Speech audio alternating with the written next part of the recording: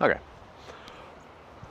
I wanted to talk about my latest thing, and it has to do with self-consciousness and just the extreme forces that are working against being authentic and natural and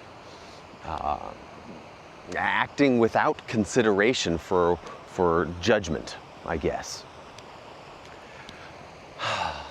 Because this is something that is at the core of what I've been looking for a long time now.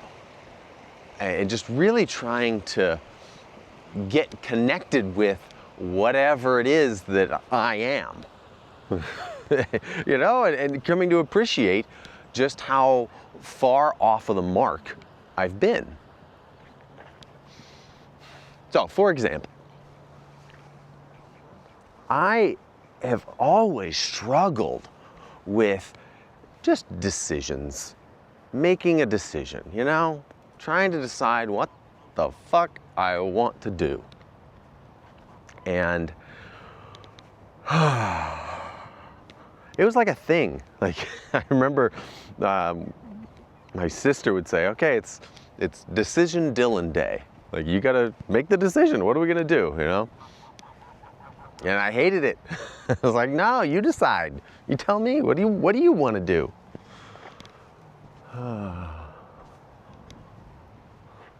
Look at all those birdies. This is a great spot. I love this spot. So, even as a young adult, we'll say, teenager, I was highly disconnected from myself. I just wanted to do what other people wanted to do. They didn't want to have this discomfort of like, oh, you mean I need to like decide? I don't know how to decide. What do you mean? How do I know what I want to do?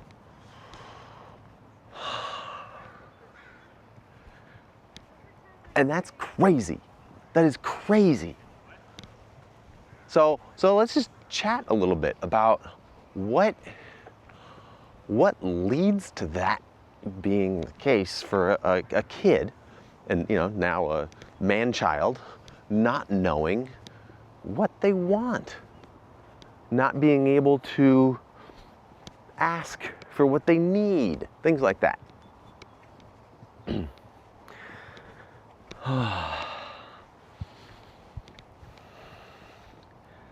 Because I don't think being self-conscious is normal. I don't think it's natural. I think it's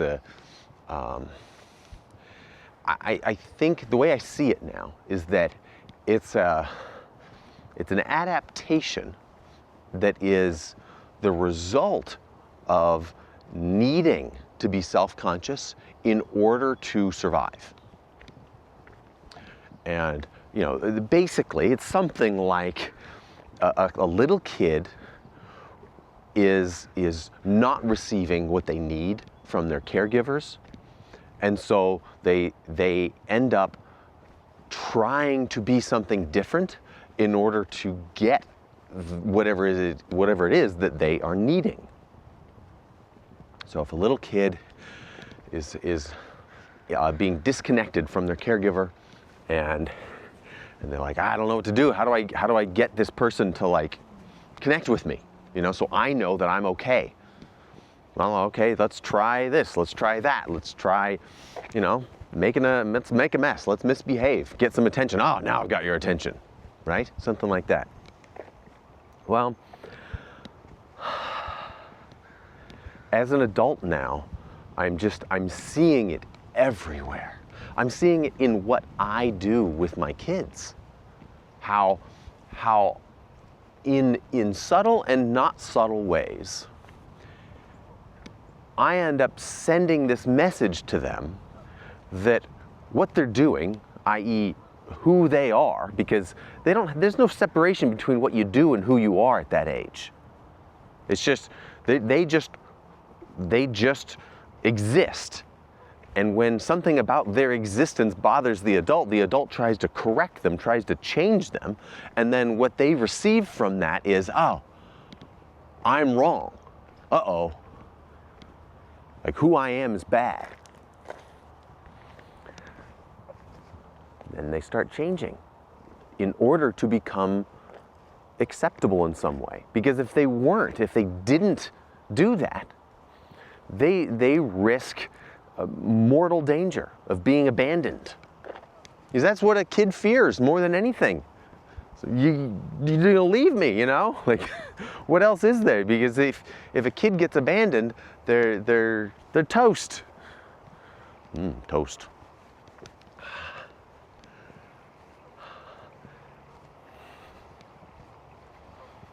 And I've just been developing more awareness of the insane quantity of things in my life that are the way they are because I am insecure, because I am worried that I won't be loved. Like I'm getting that now. and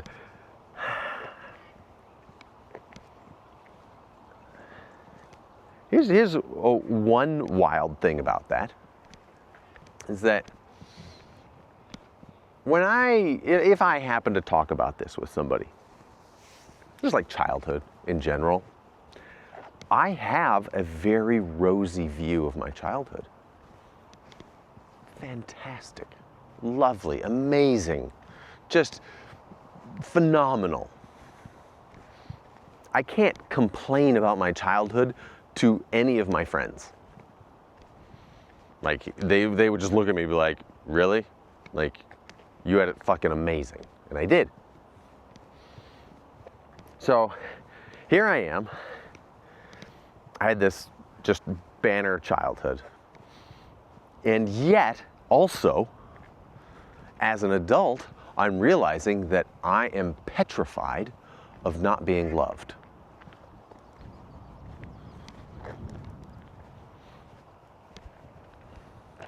And I'm doing so many things with this subconscious drive to be perfect, to be more perfect so that I am more acceptable.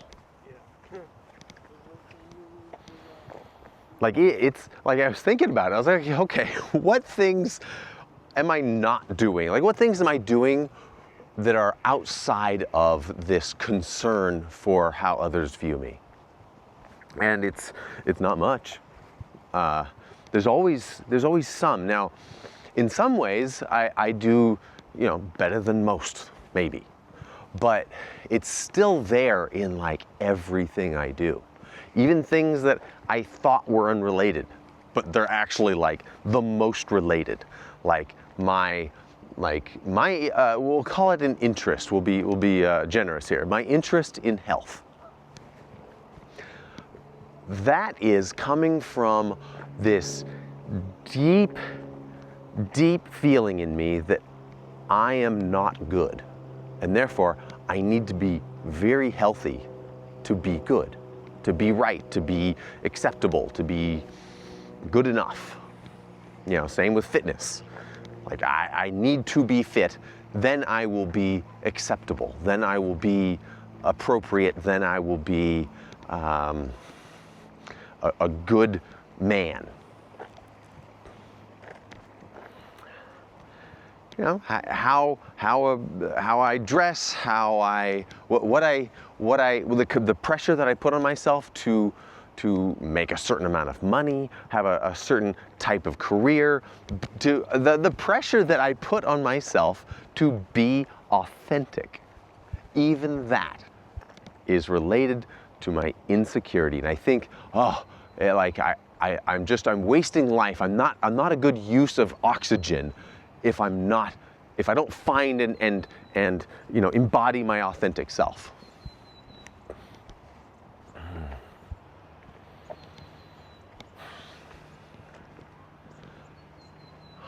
It's a really nice day.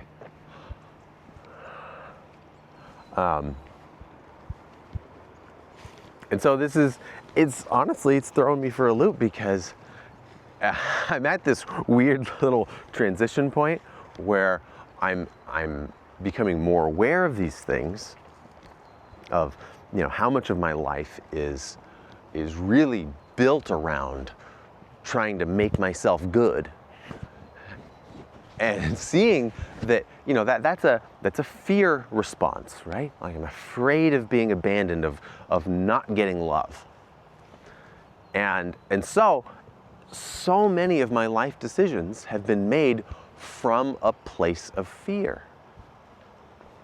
That's crazy. That's so crazy.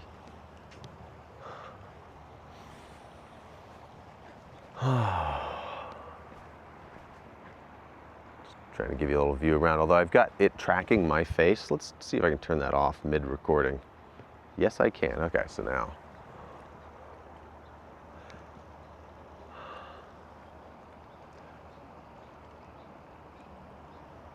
And I don't think that making decisions from a place of fear gives you good results. I think it's how you end up exactly where you don't want to be. And so if I used my preoccupation, obsession, my focus on health as an example, if I'm coming at that from a place of fear, meaning if I'm coming at it like, I need to be healthier, I need to be better, I need to be more fit, I need to look better, I need to, all that kind of crap, then doing those activities only feeds that insecurity, I think. The more I learn about health, read books on it and all this stuff, I'm just feeding the beast. And then I'm like, okay, well, what do I do then? Let's say I did love myself completely and totally, just the way I am, no work needed, then what would I do? Would I ever work out again? And I know that it would actually be better in all ways. I know that logically. I'm not necessarily quite there emotionally yet, but logically I know it would be better, because then my decisions would come from a place of love instead of a place of fear.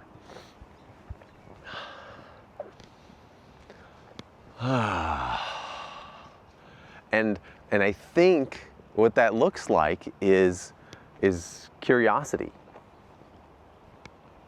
Meaning, instead of looking at it like, oh, if I do this, then I will get stronger, I will get bigger muscles, I will, whatever. If I do this, I will get that. Instead, I need to come at life with questions. Hey, what would happen if I do this? Hey, what's it like to do that? Ooh, that's fun, and follow a path carved from curiosity. Probably some other things too, but I'm thinking about curiosity right now. Something really cool down here I wanted to see, but there's also smoke coming from down there. I think somebody's got a campfire, so I'm going to steer clear. There's a lot of people just kind of chilling at the water. We'll see. We'll peer over the edge. There's just a big sewer pipe there, and it's kind of fun.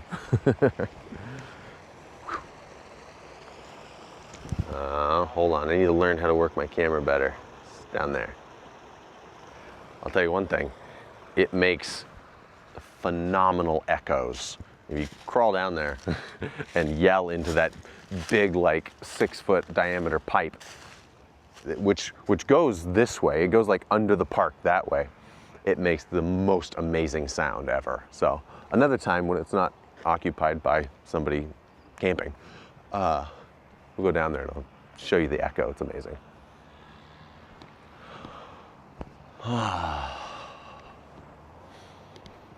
Oh man, the self-consciousness thing is so deep, because, and what I mean is it's just the topic. It ends up tying to everything. Oh, there's a better view. Here. Is that Okay, I'm gonna give up on that thing. Anyway, so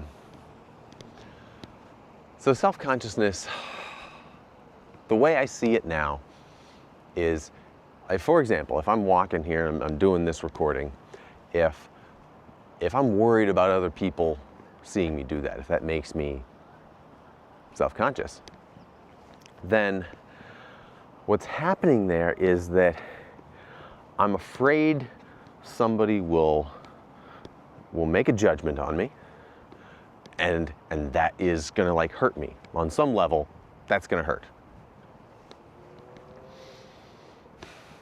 And so that means that I do not feel like I am intrinsically good, right?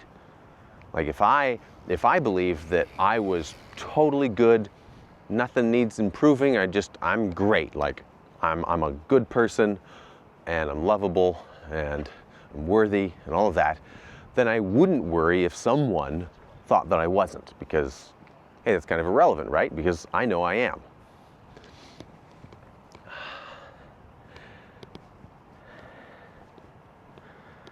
So I don't know, maybe vlogging will be a good test for me periodically, just see how, like, do a little walk and talk and see how uncomfortable it makes me feel to talk about things and have other people, overhear a few seconds of it. And I don't know, it's certainly better now than it has been in the past. But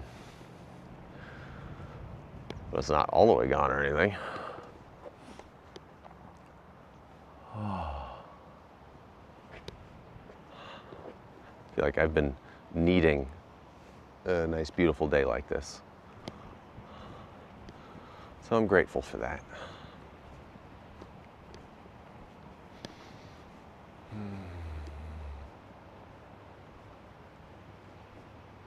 It's really great to get to experience kids before they are self-conscious. That's maybe one of the best things that I could do is be curious about that and learn about it and be a curious witness to what a person is like before they've been turned self-conscious. And my God, I do not want to make my kids self-conscious. And I know it's already happening. It's already happening. And in a way, there's also nothing I can do about it too. In a way, that gets to like a funny topic of like, oh, do we actually have any control in what goes on here? And honestly, like the more I think about it, the less control I think I have over anything. That is a topic for a different video, Dylan. Come on.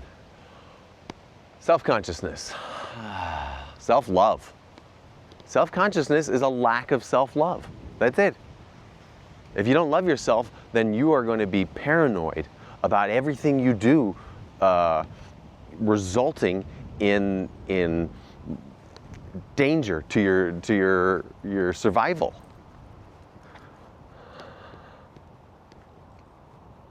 And the thing about self-consciousness is it's the part of me that is narrating inside my head.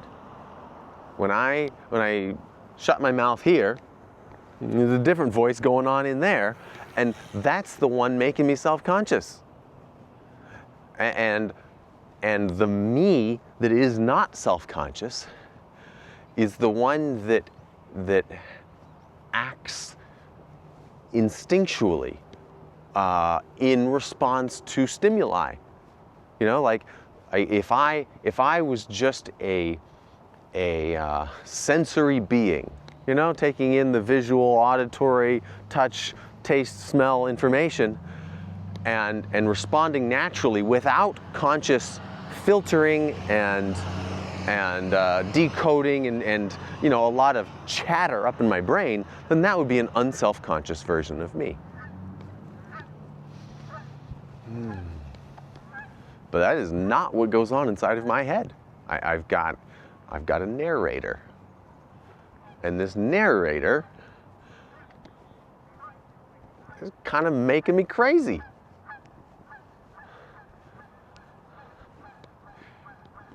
Honestly, the thing I wrote down in my journal today is the narrator isn't me. It's not me. And that's, you know, sort of like the other thing is that's a topic for a different talk. Because that's a big one. Who is me, right? What is a me? I don't know. I don't know. I'm like, I'm dipping my toes into waking the fuck up. And so everything to me is kind of new and wild and like, yeah, I don't know what the fuck is going on, but it's crazy.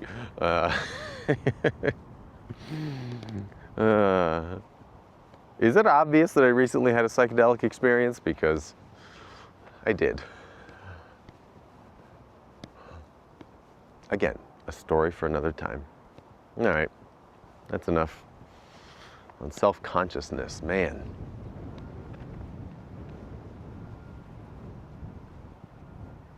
Now I'm like looking for it in myself. You're like, oh, am I doing something specifically because I'm self-conscious right now? What would I be doing if I wasn't self-conscious right now? So I don't know, the gears are turning, which in a way is like more self-consciousness. I'm like thinking about it, you know?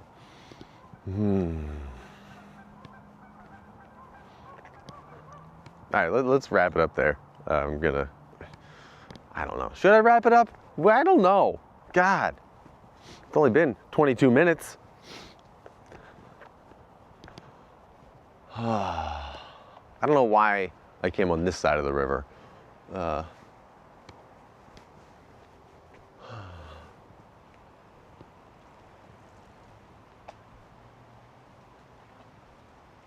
right.